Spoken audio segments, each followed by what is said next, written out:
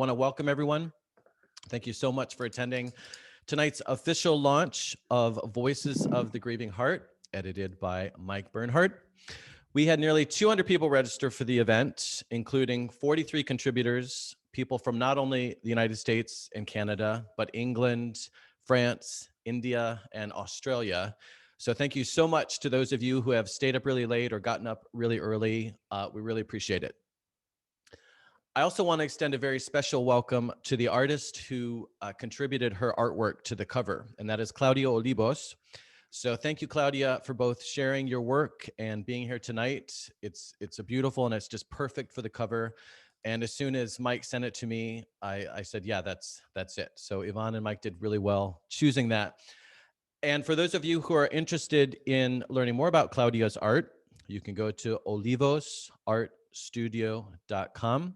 And if you look in the chat window, we will post that link there. And I'm sorry, Claudia, if we were in a live event or a in-person event, I'd have you stand up and we'd give you applause. So just know that we appreciate it. I also want to extend a special thank you to Book Passage for both sponsoring tonight's event and helping us to get the word out. And we hope that you will also consider Book Passage for actually buying the book. And I linked for that will go up as well in the chat window. So speaking of the chat window, there are two technical things that I want to just go over quickly. I know that most of us have been on a million Zoom calls the past year, but every time I do one of these events, inevitably there are a few people who don't know about the two things I'm going to talk about or just mention. The first one is the chat window. So this is how we're going to do questions because we do have so many people attending. And so if you have a question, because Mike's going to take questions, we'll have a Q&A session later on. If you have questions, though, you're free to submit them throughout the program. And to do that, you go to the bottom of your window, and if you hover over the bottom, you'll see a chat icon.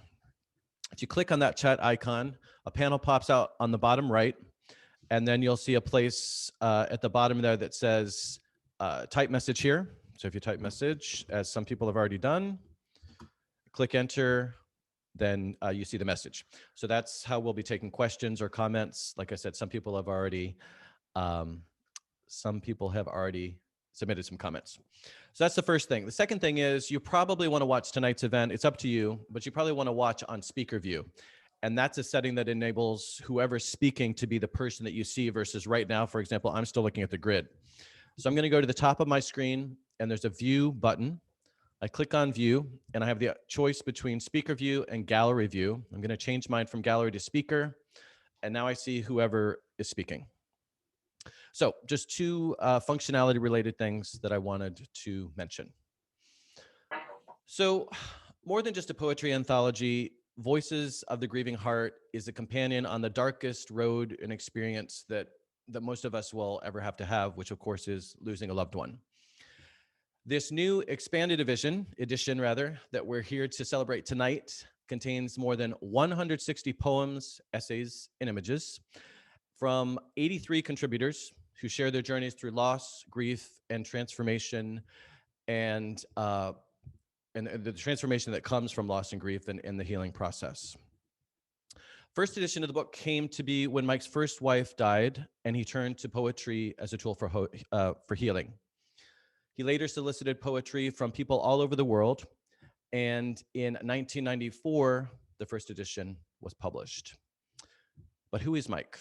Most of you probably already know him, or a lot of you do, but for those of you who don't, Mike Bernhardt retired in 2016 from a career in IT. He began to write a travel blog and essays. Those essays have not only won many awards, but they have appeared in Deep Travel, Souvenirs from the Inner Journey, Diver Magazine, Hidden Compass, and in other print and online publications.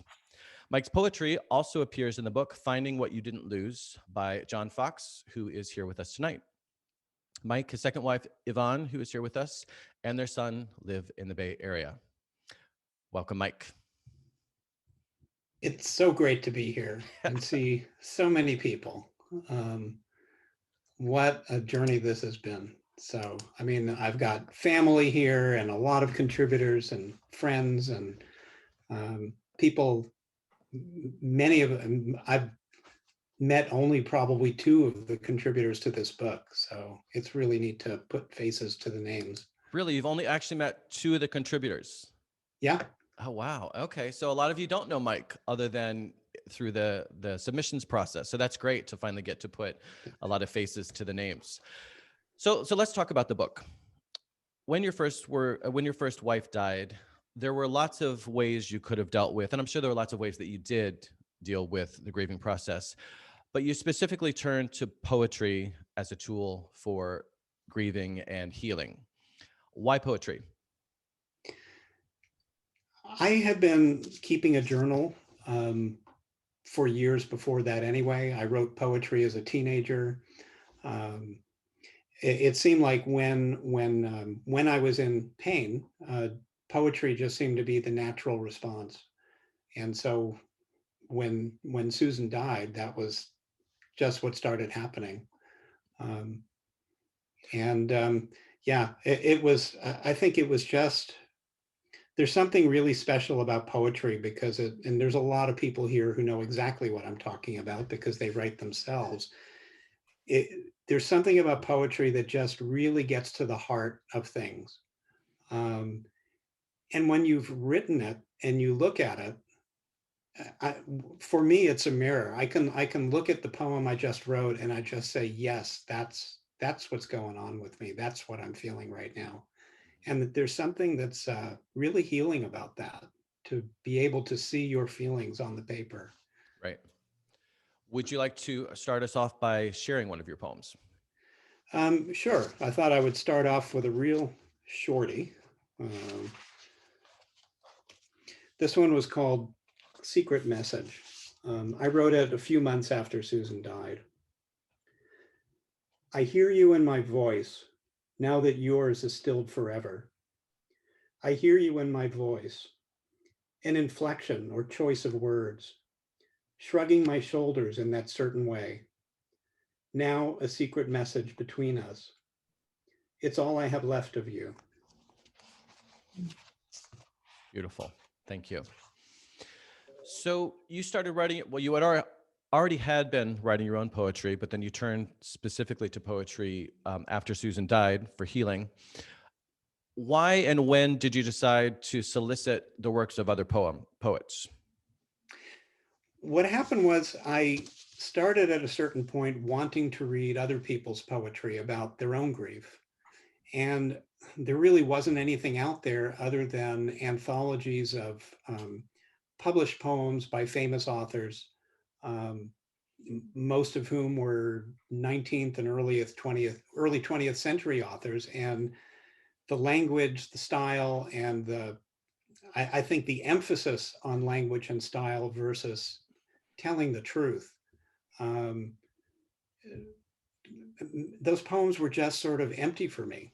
In fact, I bought an anthology, which is a great anthology, but it's called In the Midst of Winter, which was full of poems about grief and loss. And they did nothing for me. And so I started um, trying to find poetry from other people that would speak to me. And I put out a call for submissions. I started thinking maybe I'd put together a little book. I put out a call for submissions. At that time, the internet was a modem in America Online. So I sent letters. I put ads in the Elizabeth Kubler-Ross Center newsletter, on the Compassionate Friends newsletter. And I started receiving letters and letters and letters from people with their poems and their stories. And there are a number of people here now who contributed to that first edition, Mara, and there's other people here. There was a poetry group on America Online. The man who led it is here, Norman Wenth. So I asked there too, and I got a poem from him and his sister-in-law, and it was also a place for me to kind of get some nice critiques of some of my own earlier poetry.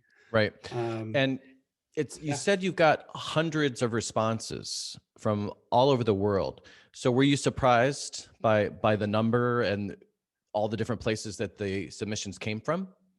I was. I mean, yeah, I expected the US, but I didn't expect nearly the quantity that I got. And why do you think that was?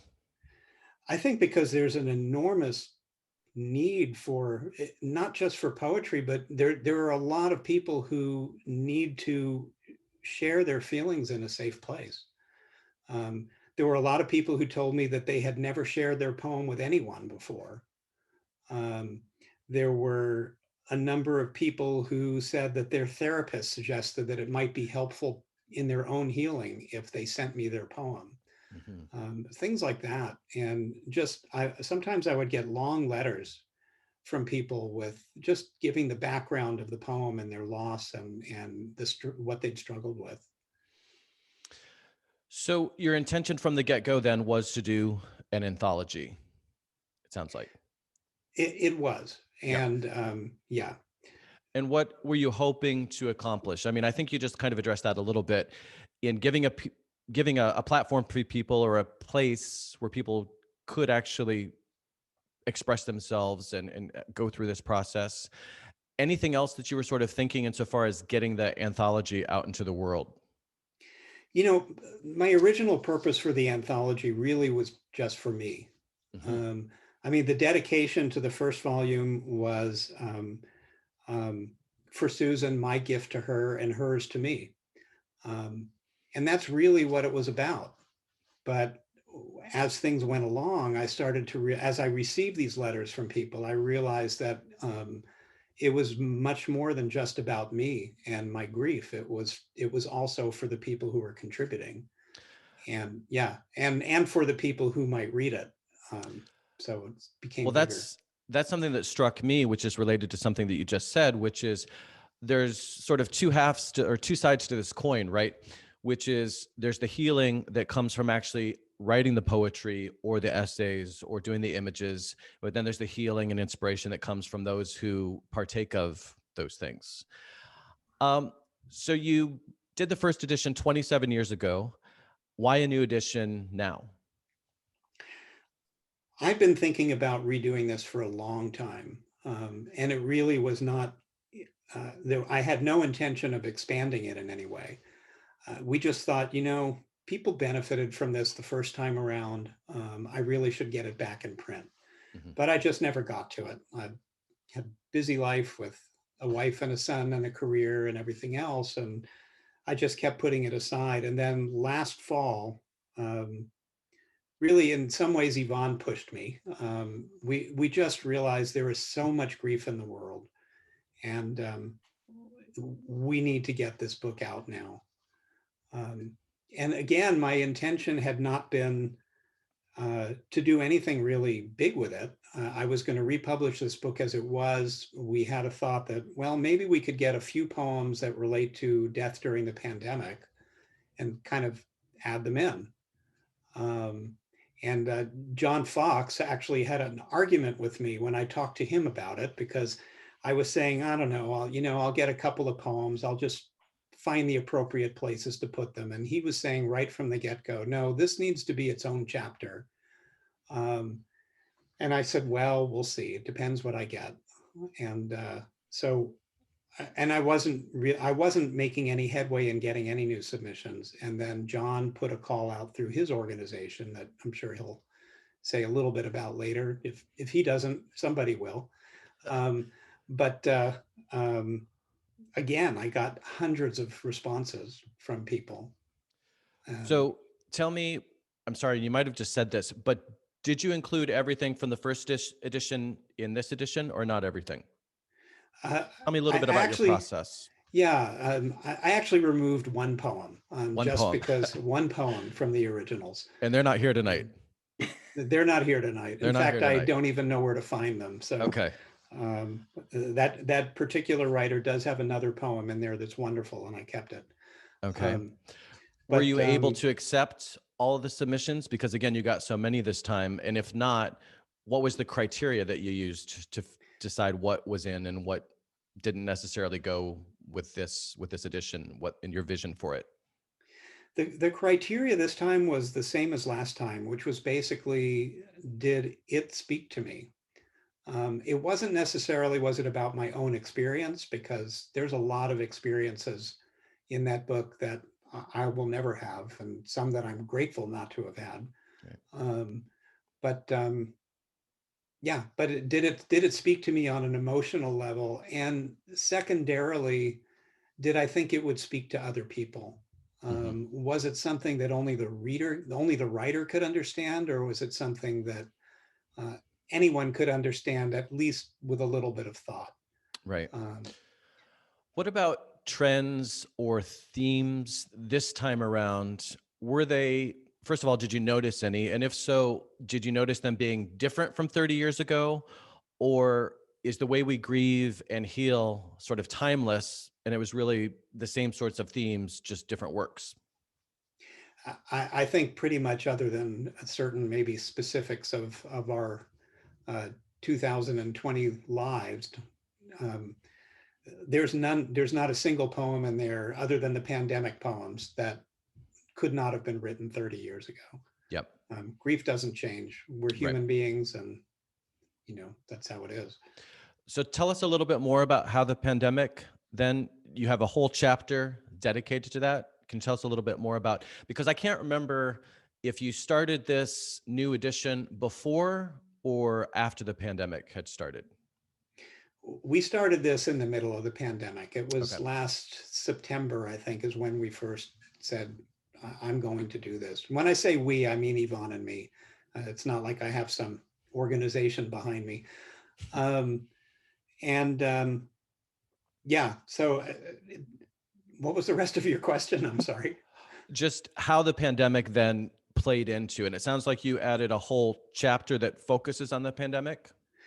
Yes, so we put out a call through John's Institute of Right. Poetic Medicine. He has a newsletter that goes out. And what I requested was poems that related to the pandemic, not necessarily, again, I was looking for poems that dealt with personal experience of the death of a loved one. Um, and I was looking for poems that related to the pandemic in some way. There are plenty of people died because of causes other than COVID, Right. but the grief during this last year has been so challenging because people are so isolated. They can't gather for a funeral or to sit shiva or have a wake or go to a grief support group and hug someone and that sort of stuff. And so there's a lot of isolation that makes grief difficult. And so I wanted poems about that too. And I received a lot. And not all of the poems met my criteria of personal experience or being accessible or whatever. But I also received a lot of poetry that was much more universal, that wasn't necessarily grief related. Hmm. And so the other chapters in the book started filling out too. Right. Um, so I honestly forgotten the number right now, but I've got 13 or 14, 15 poems about that are pandemic related in the book. And there's Right. a couple of others in other sections that just didn't speak to the pandemic specifically enough, even though I knew the cause of death was COVID or that they Hmm. were impacted by it. But so those I put in other places. Right. So, what are some of the, just at a high level, because I'm sure there are so many, what are some of the lessons about dealing with grief and healing that that you took from revisiting the anthology this time, or just from doing the anthology in general, whether it was last time or this newer edition? I think, it was fairly easy to put the book together because I kind of knew what I wanted. I already had the first one to build off of. Um, the place where I learned the most was really, I went back and managed to reconnect with 30 something contributors from the first book, and a Right. number of them are here tonight, and asked them questions um, about how they related to their grief from then. What they had learned, what they wish they'd known then, what meaning did they find, things like that. And a number of them answered me, some at great length. And so I edited those and put them into a new section in the book called Time Passes. Hmm. And I think, and there's also some poems, and I know Mara's going to read one of her new ones tonight. I'll let her introduce it. But um, the thing that struck me unexpectedly was um, I kind of asked those questions with an assumption that their experience was going to be a lot like mine had been. It's been a long time. I lost my spouse. The hole that Susan left when she died, of course, I've not forgotten her, and my life is entirely different because of what happened. But Susan filled that particular hole. And there's a lot of losses that nothing will ever fill the hole. And I should have known better, but I realized that everyone's experience of grief isn't like mine. And so it was really fascinating to read those essays from people. I edited them into short essays, their answers. Yeah, and Did yeah, you I would say that's what I learned the most was did you how it is for contribute an people after 30 essay years. to that section about, What's that? how has your relationship changed in 30 years with grief and the healing process? I mean, did you submit an essay to that section? And if you didn't, what might you have said? I did submit You did. an essay to that section as well. And basically for me, what I said was, I talked a lot about the forks in the road that we have, that we take, and they're often imposed on us, especially with loss like that. And just I really have seen how one thing leads to another and leads to another, and we just never know where life is going to take us. And all of the good things in my life right now are because Susan died. And I don't thank her for dying, but I thank her for the life that she's given me because of her death. I feel more grateful, I think these days, especially than I ever felt before she died. And the other awareness that I have that I wrote about is that it could all be taken away from me tomorrow in a minute. Life is fragile and it's precious, and I'm much, much more aware of that than I used to be. Beautiful. Thank you. One last question. I have other questions, but in the interest of time, I'm going to wrap our chat up with one last question. And it's a question that I kind of already asked you about the first edition, but I'm just curious this second time around, again, what would you like people to take from this book? I think what I'd like people to take from this book is two things. One is that whatever you're feeling is valid and important, and it's your experience, and don't let anyone minimize it or tell you you shouldn't be having it. And the other is to take the opportunity to try to write yourself. And there's actually in the back, the very last page of real text in the back is an invitation to people to write their own poetry with some suggestions of how to get started. It just is so valuable. And I know John may speak about this shortly, but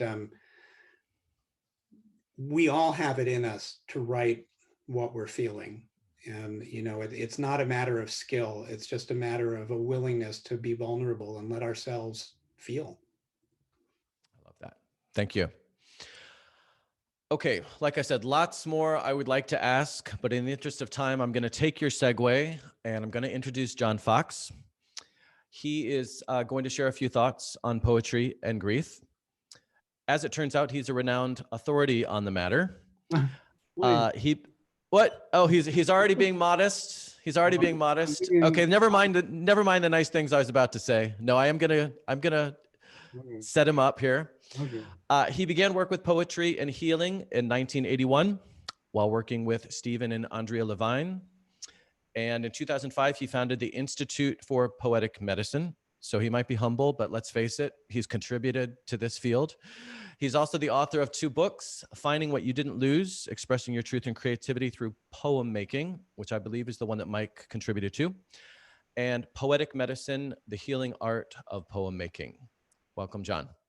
Thank you, Matthew. Hey, Mike, it's good to see you.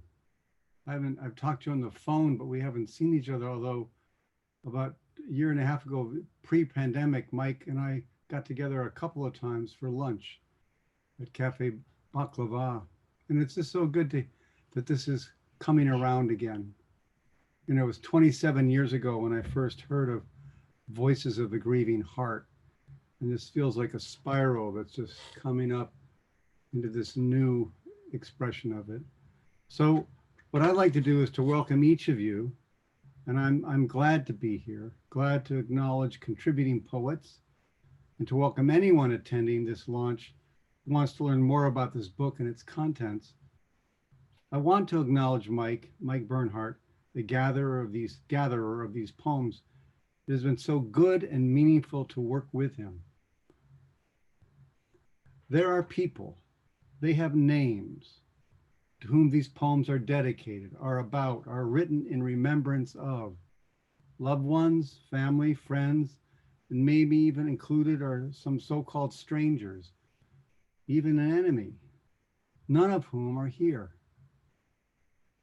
Or maybe someone is here and I don't know that. I can say this, if not for those dear ones and our loss of those beloved persons, we would not be here. What if Susan had lived? Our loss and grieving comes before our writing, at least it seems so.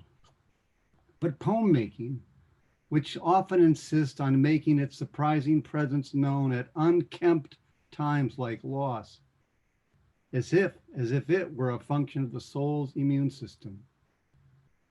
I feel we are fortunate in this regard to have allowed for this, even to have it be involuntary, your words for the unspeakable. That said, I'd like to take a few moments, at least a few moments, and recognize there is a real gap, an unknown space, maybe an empty place that actually, even strangely, joins us all.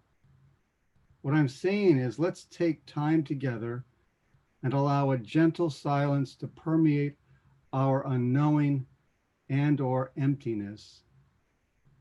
So please settle in to a more still, quiet place. I'd like to ring these bells now, and after a short allowing for stillness, ring them upon our return.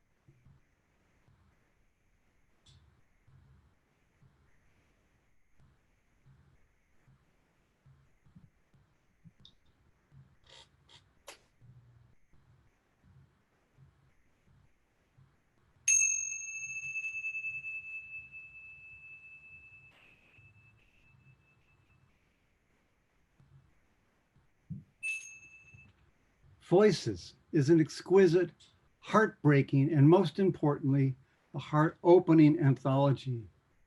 That is my testimonial. Flowers are a perfect symbol for grief and for grieving as much as they are for joy. These poems are those ever-living gathered flowers. The etymology of the word anthology it's from the Latin and Greek of anthologia, a collection of small poems and epigram, and it literally means flower gathering. It's from anthos, which is a flower, and from logia, collection or collecting. To collect, to gather.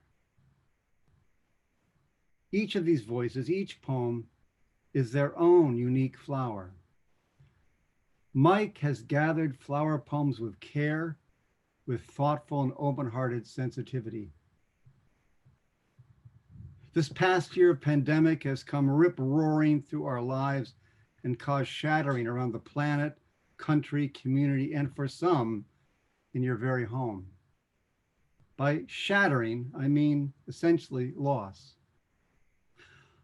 I believe at this upturning time, this book responds to a profound human need regarding loss. Grieving is a given, but bearing witness to its terrible beauty, staying with the indescribable, complex, and ineluctable nature of grieving can go missing. Staying with it is not only not a given, grieving is often avoided. We can prefer to lean towards our fear, towards our wish to make truly raw feelings acceptable.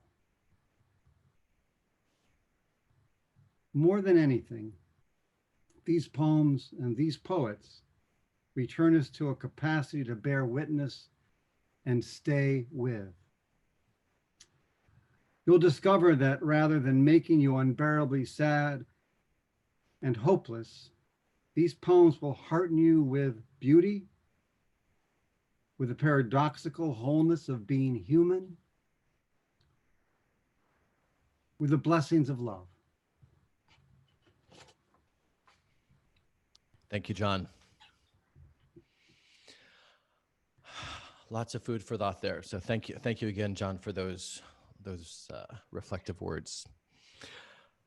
So let's have some more inspiring, insightful words, this time from three of the contributors. We're going to start with none other than Mike Bernhardt, whom you might all be very familiar with.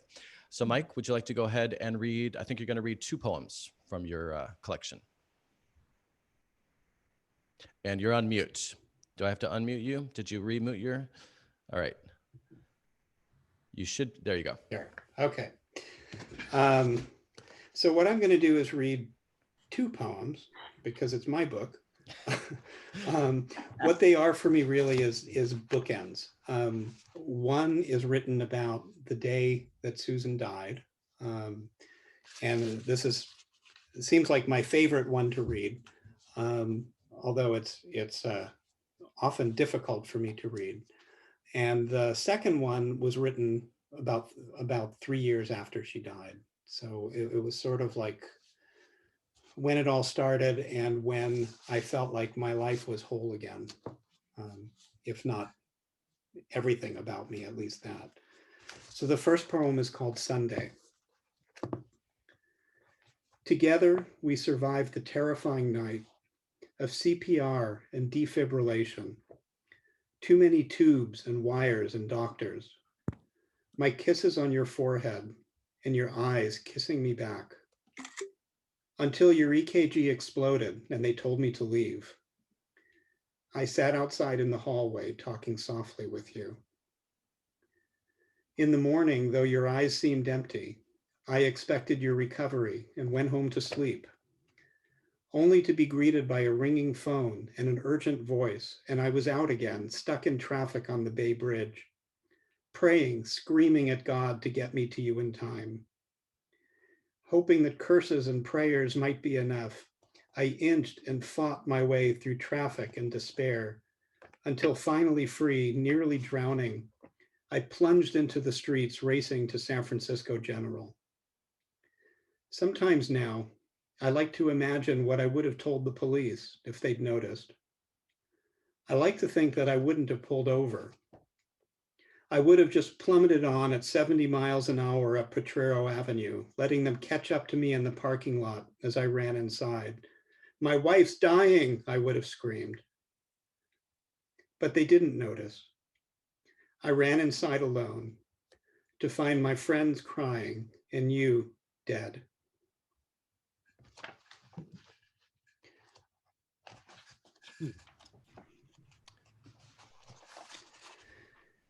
And this one was called Time Passes. Bright red dragonfly hovers by my face, slips off and returns again and again. Cat watches with vague interest from his shaded lair under the patio table. Yvonne tends the flowers, picks a zucchini and strawberries for dinner. Life continues now as if you had never been here, though I am here because of you. Your death connected me forever to what lies beyond this world. I felt that light inside me always. Rudderless, beguiled, I long to join it. But time passes. Yvonne is smiling at me. We talk of dreams and having children. This garden is exploding with life, and I am no longer in any hurry to leave. Thank you, Mike. Beautiful. Thanks. Okay, so now we're going to move on to our second reader. And we had some technical issues before we got started. And normally what I would have done is asked how I pronounce your name. So I'm going to try. Mara Tadel Sheed. Close. Mara, Close. Mara. typo, shade. Okay, so it really wasn't that close. Really wasn't that close. All right, thank you. Like I said, I ordinarily make a point of doing that ahead of time, but didn't work out. So thank you. So apologies for that. No Let me problem. introduce Mara. Mara, right? Mara. Mara. Like Sarah. Okay, Mara like Sarah. All right. Mara always wanted to be a writer, but didn't start writing regularly until after her brother's death from lymphoma in 1989. She shares her love of writing by teaching poetry and creative writing in a variety of community settings, including schools, libraries, and senior centers. Welcome, Mara like Sarah. No, I said it wrong. Mara. Welcome, Mara. Thanks, Matthew. Don't worry about it. Thank you. Everybody just about does that. So, All right. So I'm one of the people that Mike referenced to. He, I'm sure, got way more than he ever expected in response to his questions. So he had to do a lot of paring down. I spent a lot of time thinking about how my brother's death had rippled through my life. I won't subject you to any of that. You can read it in the book. Mike did a great job with editing it together. So the poem I'm going to share with you this evening was inspired by Marcia de la O's poem, What Metal Remembers. What surprised me the most when this poem came to me last October was finding myself back at the well of my brother's death, and how after 32 years, I keep returning there, even when it isn't where I think I'm going. But that is, after all, the nature of grief, grieving, healing. It's an ebb and flow. Some days the loss feels far away, and some days it's as though it were yesterday. So just bear with me a second. Okay. Your Ring, for Alan, 1953 to 1989. I'm sure the metal remembers you in its cold, uncompromising way, not like my memories, which shift and alter, creating their own realities. I wear your ring, plain gold, your initials etched on the simple, flat top in curlicue letters, which make them almost illegible. If I stare long enough, though, they come into focus. I really don't remember if you ever wore this ring, but it is my keepsake of you, my talisman that lets me believe you're still looking after me, protecting me like a big brother should. Maybe it doesn't have a memory of you. Its metal never bent to the shape of your finger. But my flesh, connected to your metal, fills the hole you left behind. Thank you. Thank you. Okay, our third reader will be Elizabeth Mcmahon.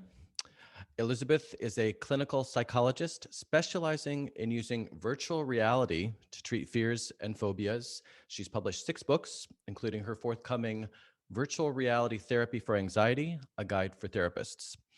Elizabeth's father, who participated in the Battle of Iwo Jima, died this past October, and Elizabeth wrote her poem in response to being unable to travel to South Carolina, where he had lived, or to visit Arlington National Cemetery, where he was buried with full military honors. Welcome, Elizabeth. Thank you so much. I'm glad to be. I think you need to unmute me. No, we hear you. Okay, great. So the opportunity to write this poem, it was such a gift. It poured out of me. The poem is entitled Goodbye. I say goodbye to my father, see his face, whisper the words he cannot hear. In the intimacy of the exchange, there is stillness, the stillness of death, the stillness of my sister holding her phone, gifting me with the closeness denied by COVID. Forcibly far, 3,000 miles distant, I am transported through her device in grief, in love, in pixels, present by proxy. For his military funeral, I stand alone in black, attending through the digital wormhole in my dining room to say goodbye. Thank you, Elizabeth. Thank you. And thank you, Mara, and thank you, Mike, and thanks again, John. So we're going to transition now to Q&A.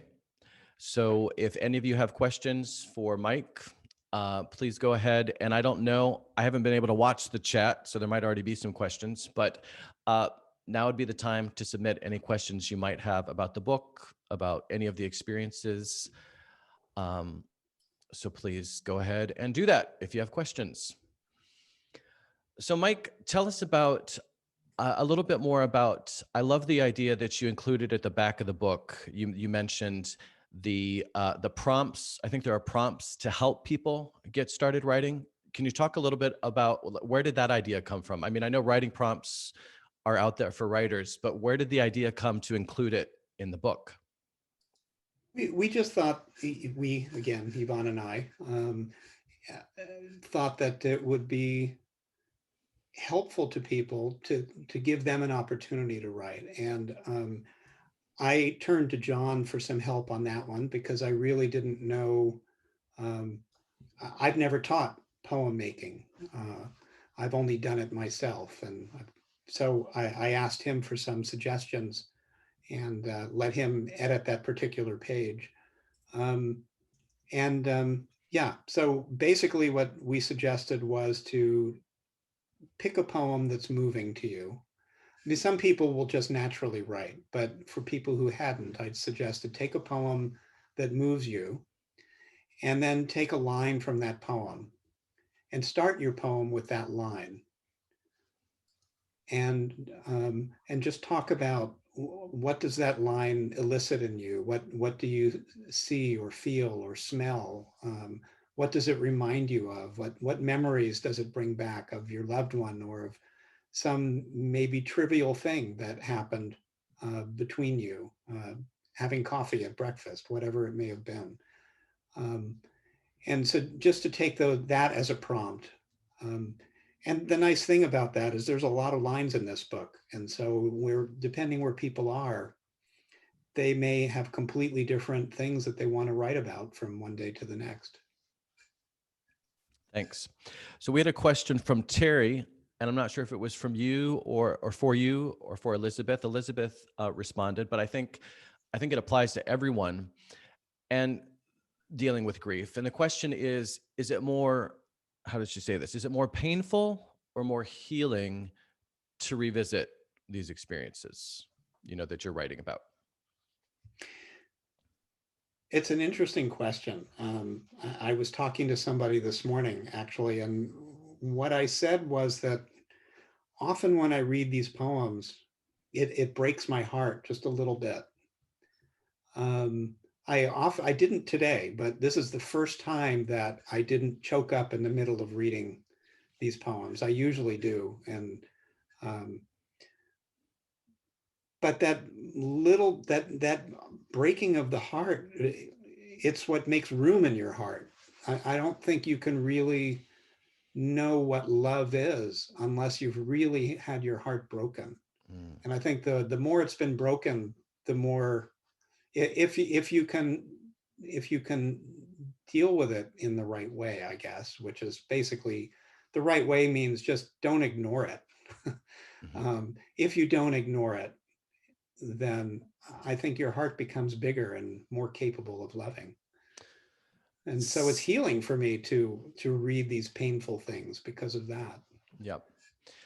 Something that's sort of akin to that you said that for me was just so powerful is this notion that if Susan hadn't died, you wouldn't have your current life.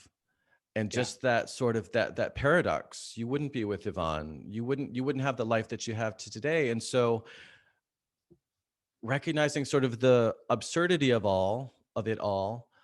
I just thought that was really, really powerful. Any thoughts on that before? Because I do have a couple questions, but I heard you inhale. So before I go to those, any thoughts on that or? I can just give a very quick thought, which is a friend of mine who may or may not be here tonight, he's from India and it's the middle of the night for him, asked me a question that if I could now talk to me 30 years ago after Susan died, what would I say? Right. And I realized that the only thing I could say would be, I know how you're feeling. I've been there. Take care of yourself. Because anything that I could say about your life is going to be great, I would have been really angry at me. And I would have just said, I don't care about all that stuff. I just want Susan back. Yeah, that's not what I want to hear right now. Yeah, I didn't want to hear it at that point. I didn't want to hear it ever. And, I still wouldn't want to hear it. Right. I might say it, but even now, I wouldn't want to have someone else say that to me. Isn't it great Susan died? Things turned out so much better. No, it wasn't that way. Right. Right. And that's not what we heard you saying. Just recognizing how strange life can be sometimes in some ways. So one thing I wanted to mention, I'm sorry, super quick, because don't be sorry. Like you said, it's your party. All right. Is that the reason that we chose today for the book launch is that it just keeps getting missed. Today is actually the 30th anniversary of the day Susan died. So it was a special date. So here we are. Not coincidental. Right. So a couple questions. One from Carol. She asked, could you please repeat the places you mentioned where Mike's work has been published? So let me just read that off real quickly. Deep Travel, Souvenirs from the Inner Journey. That's an anthology of travel writing. Diver Magazine, self-explanatory. Hidden Compass, which is an online travel magazine, and they're great. So definitely check them out. And then we had another question from Deborah, who says, may I ask Mr. John Fox to share the phrase from his poem describing a type of protection of the soul? So John, if you're still here, could you read that line? Oh, he's muted. He's muted. Okay, let me find him here in my list of 100 people. There we go. Okay, thank God for search. So John, you should be unmuted. Okay. Yeah, I was communicating with Deborah, and I actually didn't read a poem. I spoke a piece about just sort of reflecting on this book, and I think that maybe, that was someone else who had read a poem that included that. All right. If that was in somebody else's poem, let me know in the chat. Meanwhile, Paula asks, are there any poems by young people or children in the anthology? If not, would you consider it for another book? Mike. I don't know that I'm going to do another book. It took 27 years to do this one, so maybe in another 27. You better get on it. But it's a great idea, and someone should do it. Yep. There is a poem from a 12-year-old in this book. Well, she's 40 now, but she was 12 when she wrote it. Yeah. Okay. So we also have a question from Sarah. How do we find the book? And that is a perfect segue to Yvonne. So I would like to introduce Yvonne. We've talked about her a lot, but we haven't given her a chance to speak. So let's do that. And let me just introduce her first. She is Mike's second wife. I think we've established that. And when she's not working as his copy editor, marketing maven, or providing moral support, she's a career coach helping people all over the world. She's also an intercultural trainer for prominent universities and organizations around the United States.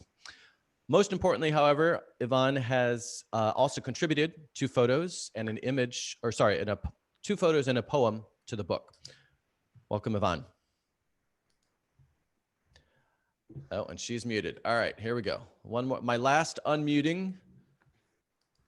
There she is. Okay, there we go. So thank you very much. So I'm the one in charge of doing the marketing for Mike's book. And this has been a really fun part for me, actually. So we want to give the book as much publicity as possible. And so far, I'm really happy to say that Mike has been invited to be on 5 podcasts. And so we're going to be posting the links to those podcasts, and they'll also be available on Mike's website, which is www.mikebernhardt.net. So a couple of weeks ago, Mike got interviewed by a woman in England who has a podcast called Be Bougie, Be True, Be You. And it was a really great interview. I listened to it this morning, and Mike talked about not only the book, but how writing poetry really helped him as he was grieving.